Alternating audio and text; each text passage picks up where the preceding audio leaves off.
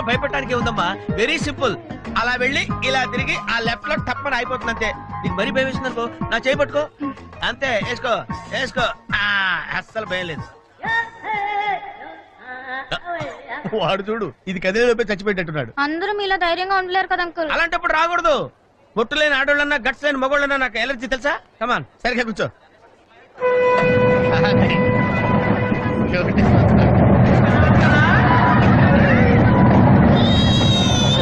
టెన్షన్గా ఉందంటే